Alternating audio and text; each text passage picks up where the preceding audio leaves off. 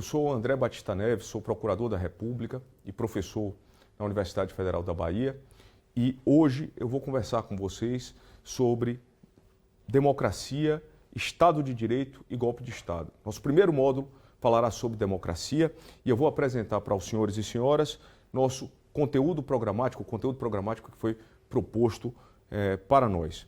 Nós começaremos pela origem e desenvolvimento histórico da democracia, falaremos depois, em um próximo módulo, ou talvez ainda nesse, na democracia contemporânea.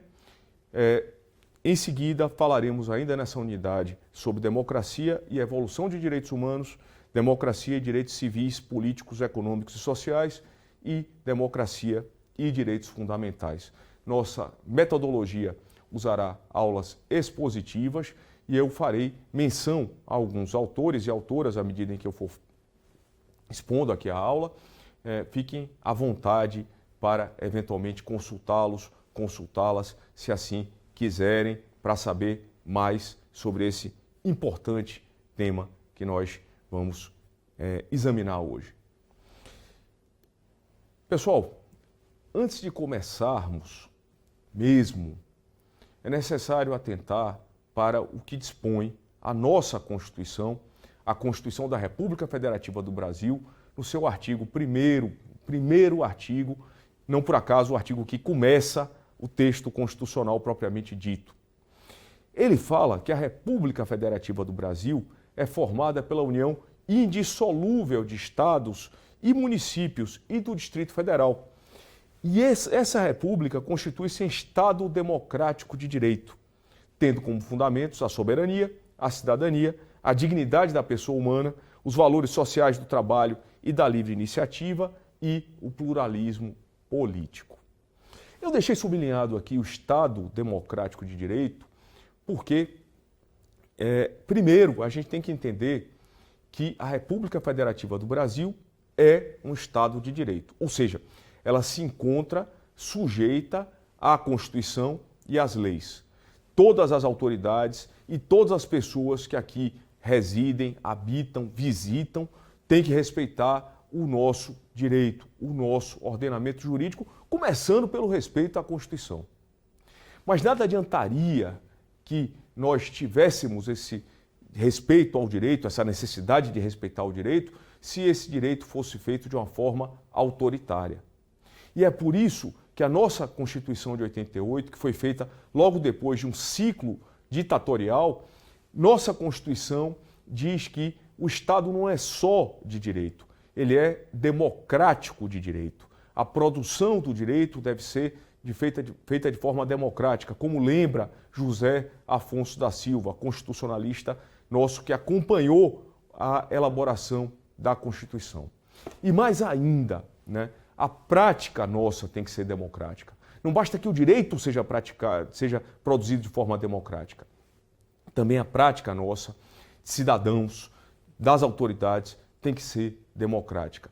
E isso se conecta com o parágrafo único desse mesmo artigo, que fala aqui, e aqui eu vou frisar para os senhores e senhoras, todo poder emana do povo, que o exerce por meio de representantes eleitos ou diretamente, mas sempre nos termos da Constituição. Quem determina como esse poder vai ser exercido, os limites para o exercício desse poder e os limites também para a nossa atuação como cidadão é a Constituição da República. Fora da Constituição, meus amigos, não há salvação, já dizia Ulisses Guimarães, o senhor constituinte, aquele que presidiu a elaboração dessa Constituição tão inovadora, tão significativa na nossa história. Aqui há uma espécie de recuperação da fórmula, da chamada fórmula de Lincoln, a fórmula que foi exposta pelo presidente americano Abraham Lincoln no seu discurso de Gettysburg, famoso discurso de Gettysburg. Ele definiu naquela ocasião a democracia como um governo que é feito pelo povo, para o povo e em favor do povo. Um governo do povo, para o povo e pelo povo, para dizer melhor. E é isso que a democracia quer dizer. A democracia é um governo que é feito do povo, pelo povo e para o povo. Povo não é um conjunto específico de pessoas, é o conjunto de todos os cidadãos. Esse parágrafo único aqui, conectado com o artigo 1º, contém uma fórmula que exige o reconhecimento de todos como iguais e todos como igualmente merecedores de respeito. Não é porque eu pertenço a determinado grupo, A, B ou C, que eu tenho o direito de desrespeitar a existência ou o direito de não valorizar a existência dos outros grupos. Aliás, é nisso que reside a riqueza do povo brasileiro. O fato de sermos multiculturais, múltiplos, e vamos falar um pouco mais sobre isso um pouco à frente. O compromisso com a democracia na nossa Constituição é tão intenso que a fórmula democrática reaparece em diversos outros dispositivos. Quando eu falo do ensino, por exemplo, eu falo que o ensino deve ser ministrado, o ensino público deve ser ministrado em termos democráticos. E o artigo 60 da Constituição, eu destaquei só um dispositivo dentre vários, o artigo 60 da Constituição diz, no seu parágrafo 4º, inciso 2, que não vai ser nem objeto de discussão a proposta de emenda que tenda a abolir, que queira acabar com o voto direto, secreto, universal e periódico. Vejam bem, né? Não pode nem haver discussão, nos termos da nossa Constituição, de qualquer proposta que tente acabar com o voto direto, universal, secreto e periódico. As eleições são parte daquilo que a gente chama de cláusula pétrea da Constituição, algo que não pode ser alterado nem pelo poder de reforma, o poder constituinte derivado. Mas o que é exatamente democracia? De onde essa ideia de democracia veio até nós? Essa ideia que, como a gente viu, está presente tão fortemente na nossa Constituição, que já no carro-chefe, na inauguração da Constituição, aparece para nós. Primeiro, quando a gente pensa nas origens da democracia, a gente tem que fazer algo que é necessário que se faça em qualquer estudo histórico. É necessário que a gente se liberte, se livre da tendência humana de encarar algo do passado como uma espécie de confirmação do presente. Eu vou tentar explicar melhor. E quem vai me ajudar nessa explicação é um historiador e filósofo chamado Reinhard Koselleck, que desenvolveu um método chamado História dos Conceitos. Koselleck, ele explica que no início da modernidade, lá em 1600 e pouco, 1700, criou-se a estrutura de pensamento que a gente tem até hoje, que pensa a história como algo linear, como algo que acompanha uma tendência para o futuro de sempre, de uma evolução contínua, de sempre se ter uma melhora. Essa visão é uma visão que é equivocada, para dizer o mínimo. A história não prossegue rumo a uma marcha, a um ponto definido. História é história. História, ela se modifica. E é necessário que a gente não queira ver no passado uma espécie de pré-futuro, uma espécie de confirmação do que viria a acontecer depois. Vou falar aqui de uma forma menos abstrata, né, de uma forma mais concreta, para que os senhores e senhoras me entendam. Quando a gente vai para um jogo de futebol, torcendo para o time A ou para o time B, e nosso time toma um gol logo de começo, a gente, claro, torce, né, para que o time se recupere e vire o jogo. Quando o jogo vira, se o jogo virar, a gente vai dizer, eu sabia desde o começo, sabia que lá atrás a gente tomou esse gol, mas a gente ia conseguir ganhar. A gente faz isso com a história às vezes. A gente olha para a democracia hoje e olha para o passado e diz, poxa, mas lá atrás, lá na Grécia, lá em Roma, na Idade Média, a gente já sabia que ia dar nesse tipo de democracia que a gente tem hoje. E não é assim. As pessoas que viveram o passado viveram com suas próprias mentalidades, com seus próprios limites e viveram o seu próprio tempo. Viveram como a gente vive o presente agora. E quando a gente estuda qualquer coisa com prisma histórico, a gente tem que saber disso, que o passado não é uma confirmação do presente. Não há uma linearidade entre o passado e o presente. Claro que o que a gente desenvolveu hoje tem uma continuidade, né? Deve, no sentido de ter uma ligação, um encadeamento com o passado. Mas isso não quer dizer necessariamente que há uma linha única, que há uma evolução não problemática, que há uma evolução não tortuosa dessa ideia que a gente está examinando hoje, que é a democracia. Dito isso, eu queria também alertar vocês que é possível encontrar traços daquilo que a gente chama de democracia em sociedades não europeias. A história que se conta geralmente começa na Grécia, a gente vai começar a história por lá também, mas nas sociedades asiáticas, nas sociedades indígenas aqui da América, nas sociedades africanas, havia traços de igualitarismo, havia traços que a gente pode hoje entender como denotadores daquilo que a gente chama hoje de democracia. Mas a mentalidade era muito diferente da mentalidade que existe hoje. Essas sociedades tradicionais, elas, para começar, não concebem a liberdade, a autonomia individual como a gente concebe. Não concebem a ideia de participação política como a gente concebe. Então, justamente por isso, a linha que a gente vai traçar, que não é contínua, né? Que não é livre de acidentes no caminho, acaba vindo, de fato, da Europa. Não porque as outras sociedades não sejam relevantes, entendam, elas são relevantes, mas é porque é de lá, da Europa, que a gente consegue traçar esse caminho mais facilmente. Robert Dahl, um cientista político norte-americano, diz que talvez aquilo que a gente entenda por democracia moderna não venha da Grécia, venha da Europa do Norte, da ideia das assembleias vikings, que antes de tomar suas decisões ouviam as pessoas que compunham o grupo de forma igualitária, inclusive com a incorporação das mulheres, coisa que na Grécia não acontecia.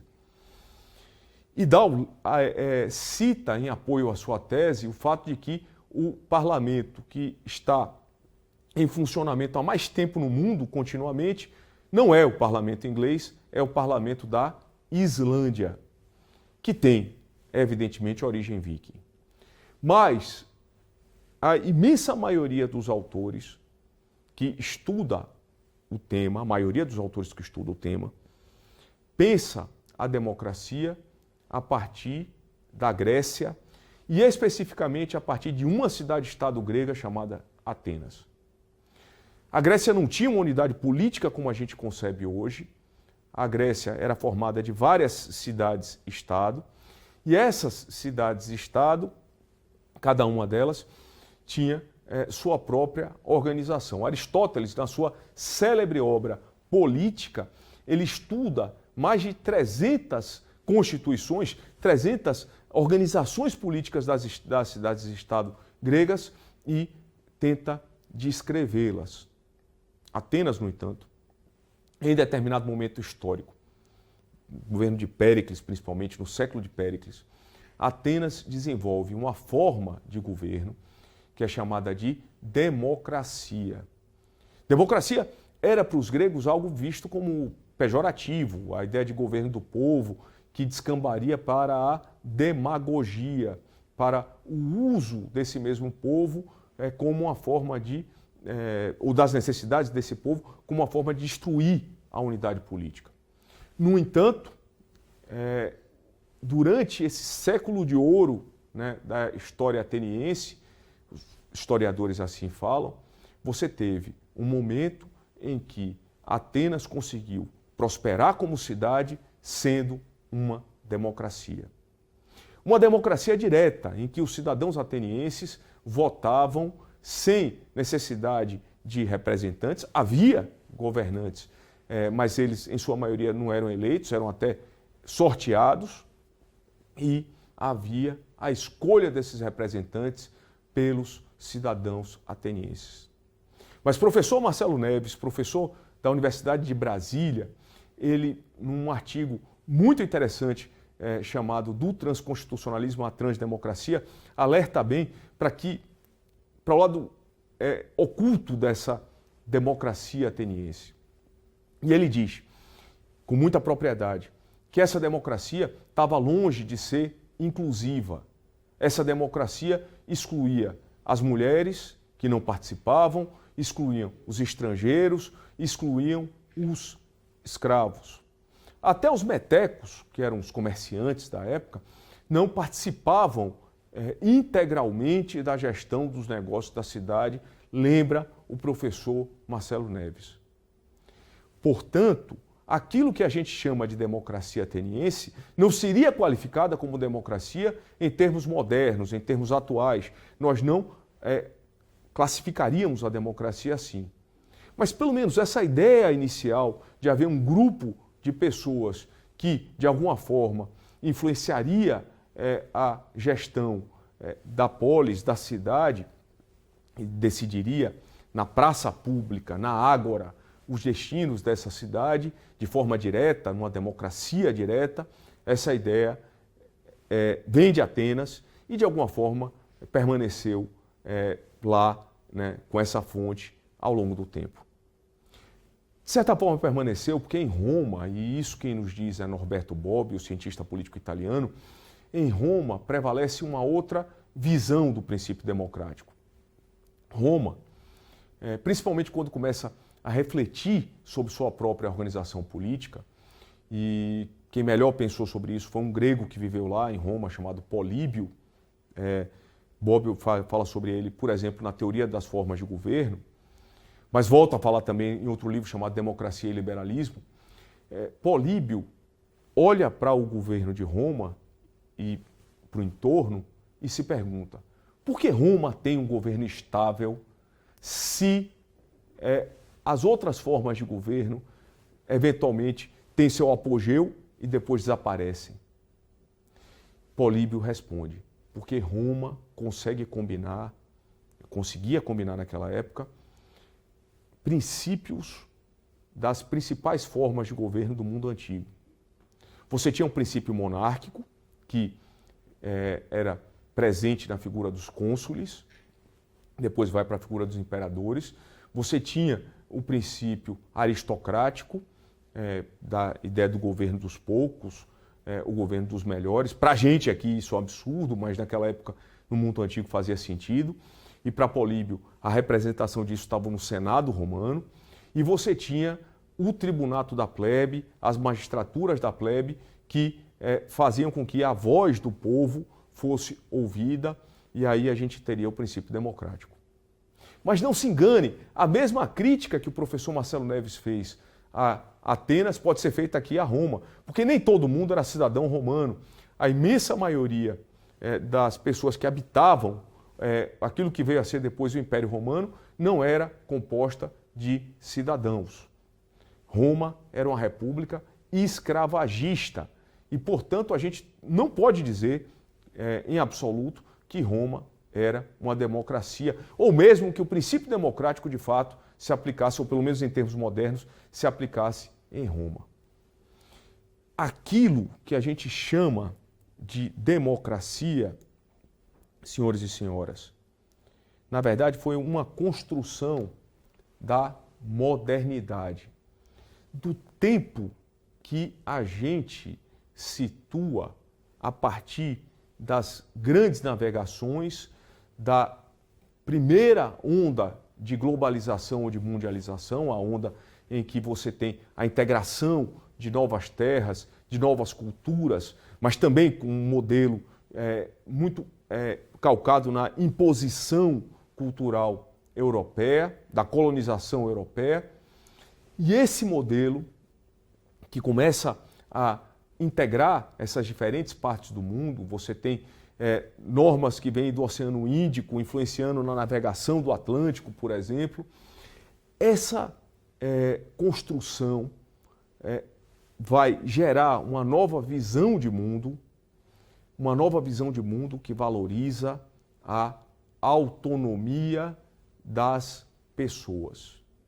Dmitry Dimitrij e Leonardo Martins, no livro A Teoria Geral dos Direitos Fundamentais, dizem, inclusive, que os direitos fundamentais, a gente vai falar deles daqui a pouco, ou talvez, mas ainda nessa unidade, ou talvez no outro módulo, os direitos fundamentais só são possíveis quando você tem a criação da pessoa.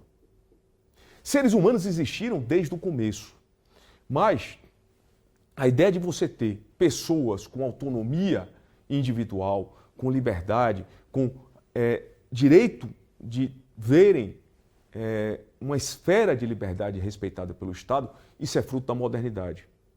Isso é consequência da Revolução Inglesa, isso é consequência da reforma e da contra-reforma.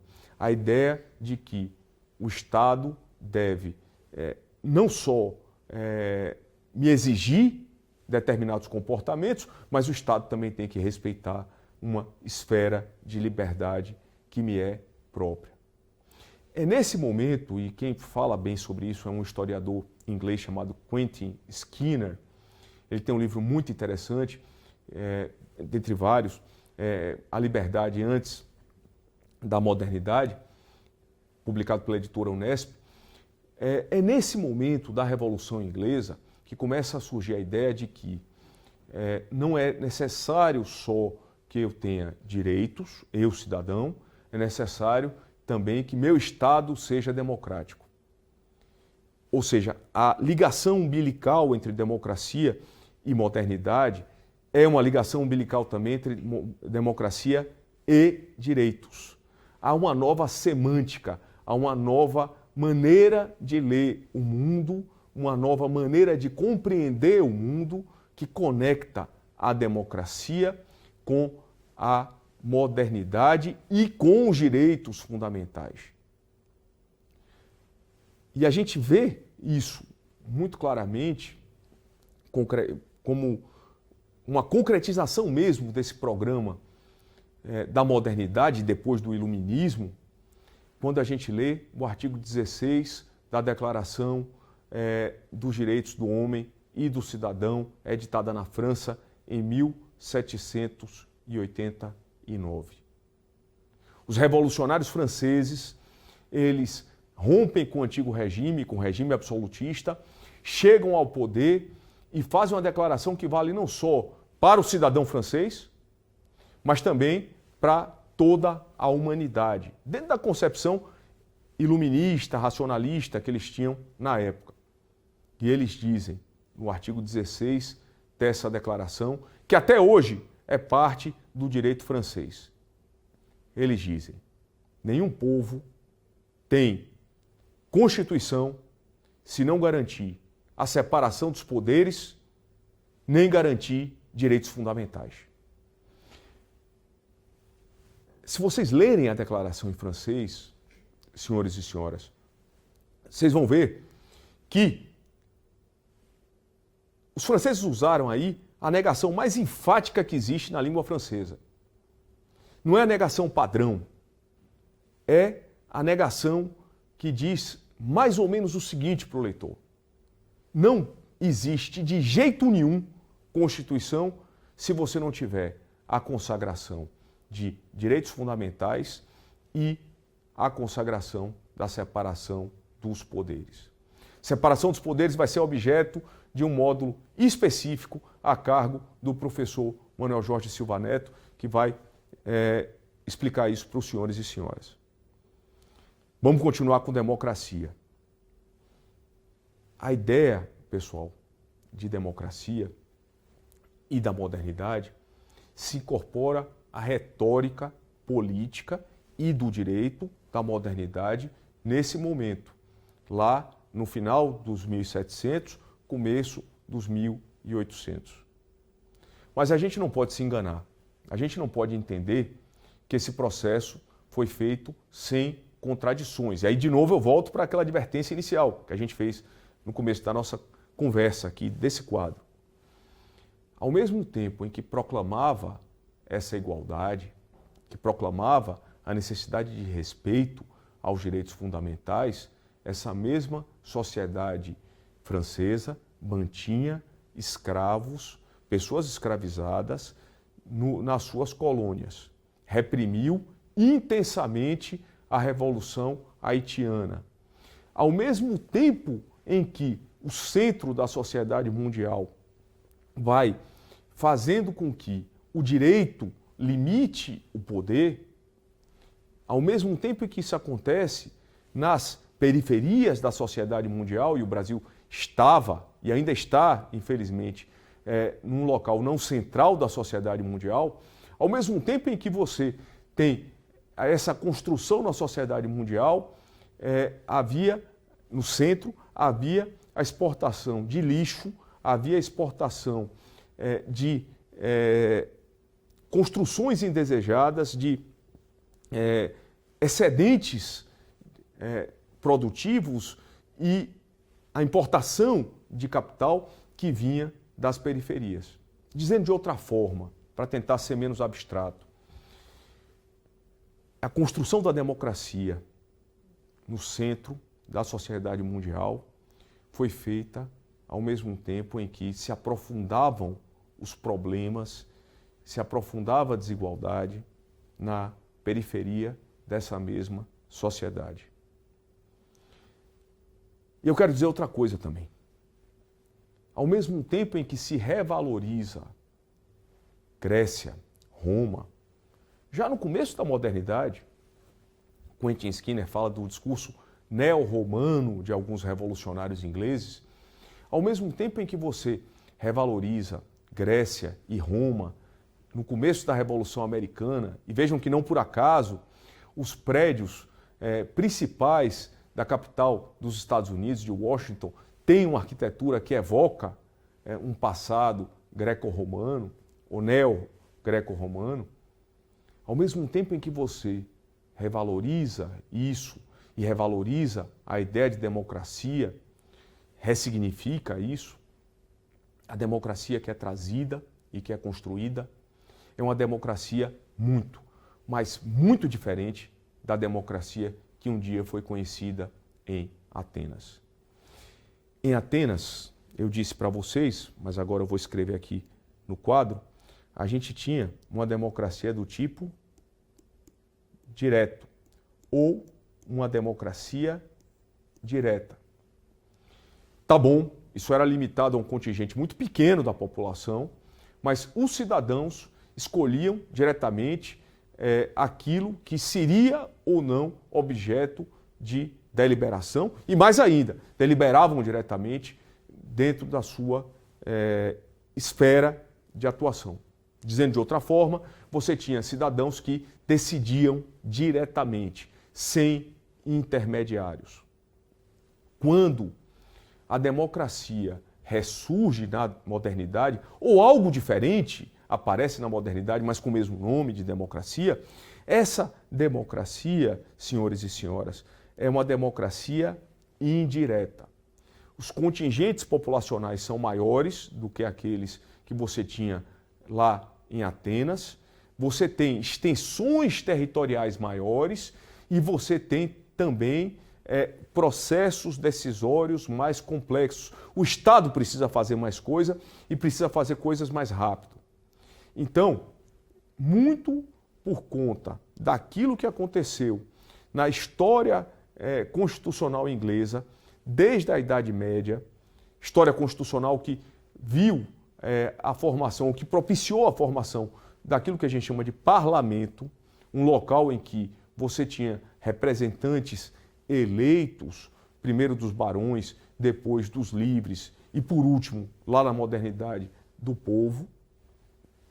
Muito por conta disso, a democracia que aparece na modernidade é uma democracia com intermediários, a democracia indireta.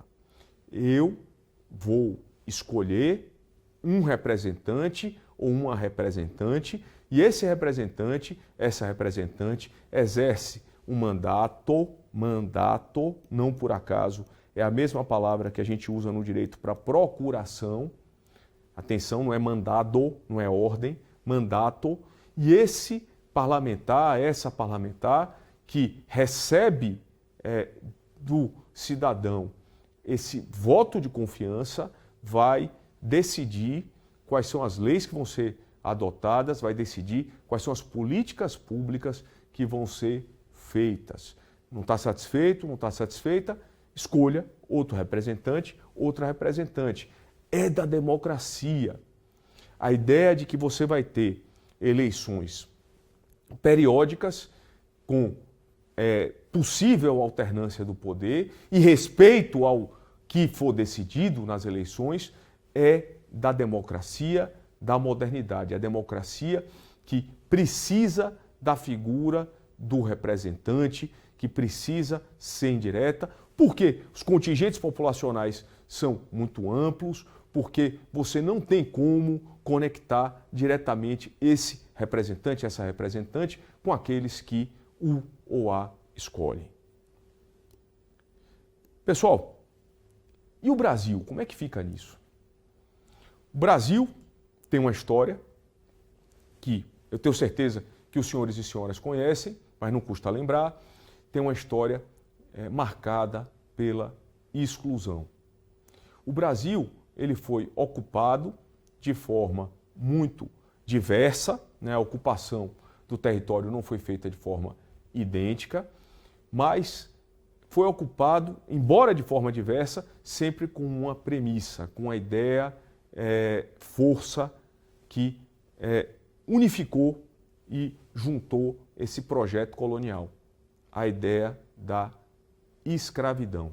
A escravidão é o ponto unificador, aquilo que consolidou esse projeto colonial que aparentemente, ou pelo menos nos seus primórdios, parecia tão diferente, tão plural. Quem olha a capitania de Pernambuco e olha o resto do país pode ter uma impressão distinta, mas em todos os locais havia a disposição sistemática da coroa portuguesa de usar a mão de obra escravizada. Primeiro se tentou obter essa mão de obra escravizada junto aos próprios habitantes aqui dessa terra, os habitantes originários, os povos originários. Depois se percebeu que era mais lucrativo trazer esses escravizados da África e esses escravizados foram trazidos à força, vilipendiados na sua dignidade, desrespeitados nos seus saberes, na sua cultura e na sua existência e foram colocados para trabalhar aqui e construir esse novo país. O Brasil, na sua formação, tem a exclusão como elemento central.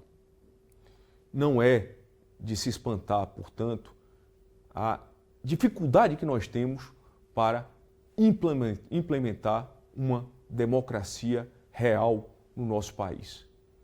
Quando nos tornamos independentes, essa independência vem fruto não de uma verdadeira reivindicação popular, mas muito mais de um acordo que foi feito entre grupos que dominavam já a economia do país com um herdeiro da coroa portuguesa. E para consolidar esse projeto, você tem uma implantação de um império quase que absolutista, que, para não passar recibo desse absolutismo, adota uma Constituição outorgada, não a Constituição que seria votada pelos representantes, que em alguns aspectos até, diga-se a bem da verdade, era até pior do que a outorgada, e esse monarca que tinha superpoderes usa de uma figura obscura do constitucionalismo francês, que depois logo desaparece no constitucionalismo francês, o poder moderador, vamos falar depois um pouco mais sobre isso, o poder moderador para poder se sobrepor aos demais poderes. Isso não é democracia, isso nunca foi democracia. Isso era apenas uma forma de manter o mesmo projeto colonial em marcha. E foi mantido em marcha durante todo o século XIX, até que um golpe de Estado implanta a República. De novo, sem participação ou a aquiescência da imensa maioria da população. Não por acaso a gente passa a Primeira República sem ter inclusão da população. As mulheres foram excluídas do contingente dos eleitores até 1932. A gente tem a ascensão de Vargas ao poder com a chamada Revolução de 30 e depois a gente tem de novo Vargas dando o autogolpe em 37, dando um golpe em si mesmo e impondo a Constituição outorgada de 37, a Constituição Polaca. A gente só veio ter um começo de democracia em 1946. Mas não se enganem, de 46 a 64 a gente teve uma democracia muito tumultuada, né, com ameaças de golpe por várias vezes, mas uma democracia sem inclusão real da população. Boa parte da população não votava e, mais ainda, boa parte da população era formalmente incluída no eleitorado, mas não beneficiada pelas estruturas que esse Estado que se desenvolvia. Vou falar sobre isso mais à frente. A gente tem um golpe em 64, um golpe que implanta uma ditadura militar ou ditadura civil-militar, porque houve participação de civis apoiando, sustentando a ditadura. Vamos falar sobre isso no módulo 4 do nosso curso. E a partir de 1986 há um movimento de redemocratização. Talvez antes, a partir da campanha da Direta Já, a gente já consiga ver esse movimento da redemocratização, um movimento que se implanta de forma gradual e consegue fazer com que haja ampla participação popular para a implantação da Constituição de 88. Constituição que tem problemas, Constituição que tem defeitos, mas seguramente é a melhor Constituição que já tivemos. Porque é a Constituição que consagra as vozes de todos e todas que habitam aqui nesse território, de todos os brasileiros e todas as brasileiras. Todos os grupos sociais participaram intensamente nessa Constituinte, nessa Assembleia que se percebeu como fundacional, se percebeu como importante para criar um novo país. Não por acaso a gente tem esse compromisso com a democracia de que eu falei lá no começo da nossa aula. Esse compromisso é reafirmado e assegurado por essa mesma Constituição. Essa democracia implantada a partir de 88, passou por testes muito significativos. Já tivemos 2 impeachments e a ordem constitucional continuou, já tivemos eleições tumultuadas e a ordem constitucional perdurou, e a gente pode falar aqui de novo com Ulisses Guimarães: fora da Constituição não há salvação, fora da democracia não há salvação. Mas que tipo de democracia nós temos a partir de 1988? Paulo Bonavides, saudoso professor cearense, ele explica bem em vários dos seus livros, é um livro específico sobre isso, a teoria da democracia participativa, que a gente, a partir de 88, tem uma democracia que combina elementos da democracia direta com elementos da democracia indireta. É uma democracia que envolve a participação dos cidadãos. E, portanto, eu vou chamar de democracia participativa. Essa democracia participativa, ela continua tendo, e sendo essencial para ela, a ideia de você ter representantes eleitos, né, os deputados federais, estaduais, os senadores, os vereadores, os representantes que são eleitos para compor o poder executivo, que são os prefeitos, os governadores, o presidente da República, e você tem também ainda as autoridades que não são eleitas, mas são também indiretamente legitimadas pelo povo, indiretamente porque compõem o Estado e passaram por processos públicos, por concursos públicos para que chegassem a seus cargos. Essas pessoas, ou foram indicadas nos termos que a Constituição prevê, essas pessoas todas que compõem os três poderes da República Federativa do Brasil, essas pessoas todas existem e exercem poder ao mesmo tempo, mas com a participação ativa dos cidadãos. A gente tem a participação dos cidadãos, e aí vou retomar o que eu estava dizendo antes, via escolha direta desses representantes, uma democracia indireta, e a gente tem a democracia direta.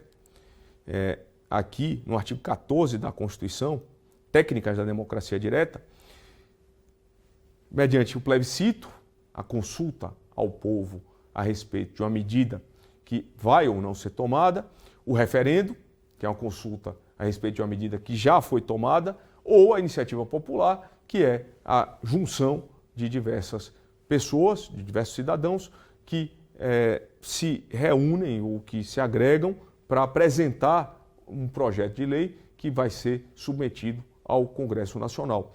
Um exemplo de iniciativa popular é a lei complementar que nós chamamos de Lei da Ficha Limpa, uma lei que foi primeiro organizada, teve suas assinaturas primeiro recolhidas para depois ser apresentada ao Congresso Nacional. Bom, pessoal, para encerrar nossa aula agora, nossos 50 minutos, o que é que a democracia precisa, então? Bom, eu posso pensar numa democracia meramente formal, né, uma democracia que assegure a todos o direito de participar, mas de que poucos efetivamente participem, ou uma democracia efetiva, concreta, real. Uma democracia em que você não só assegure os meios de participação, como você também garanta essa efetiva participação. Não há consenso nos autores da ciência política a respeito de todas as condições mínimas para que exista uma democracia. Eu vou apresentar algumas aqui para vocês. E no próximo módulo a gente vai voltar a falar disso, a gente vai retomar esse ponto e seguir adiante. Mas só para a gente já deixar aqui com vocês uma prévia, uma espécie de spoiler do próximo módulo. A democracia contemporânea só existe se eu consigo reunir, primeiro, a existência e o respeito a uma Constituição. A ideia de que a gente tenha uma Constituição como limitador do poder político e do poder dos cidadãos, estabelecendo limites ao Estado e às condutas dos atores privados. Se eu tiver também aquilo que eu chamava antigamente de separação dos poderes, e agora eu chamo mais modernamente, mais concreto, mais atualizadamente, de divisão de funções estatais.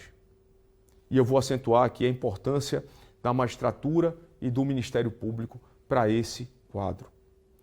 Eu tenho que ter também garantia de direitos fundamentais. Respeito aos grupos sociais minorizados, aos grupos sociais que são tornados minorias.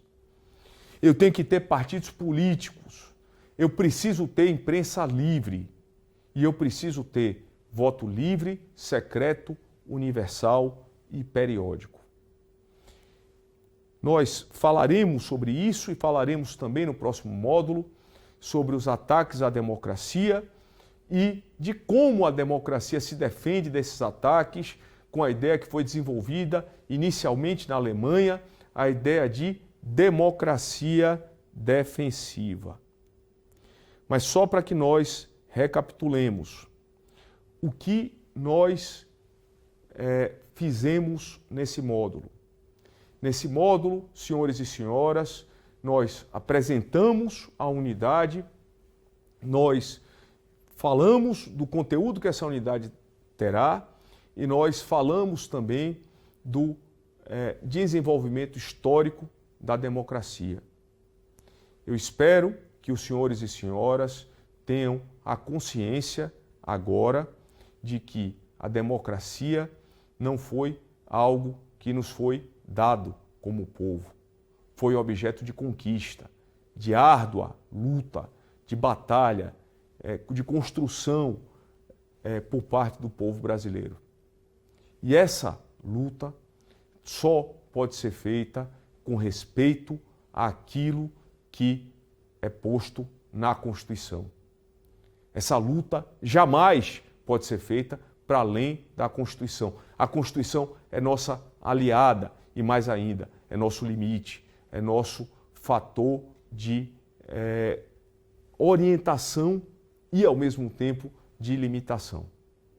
É necessário que todos nós respeitemos a Constituição, as autoridades constituintes e saibamos que aqui na Constituição e na democracia que os problemas graves do povo brasileiro, os problemas graves do Estado brasileiro vão ser resolvidos. Eu agradeço a atenção dos senhores e senhoras e convido-as para que assistam o próximo módulo nosso. Muito obrigado.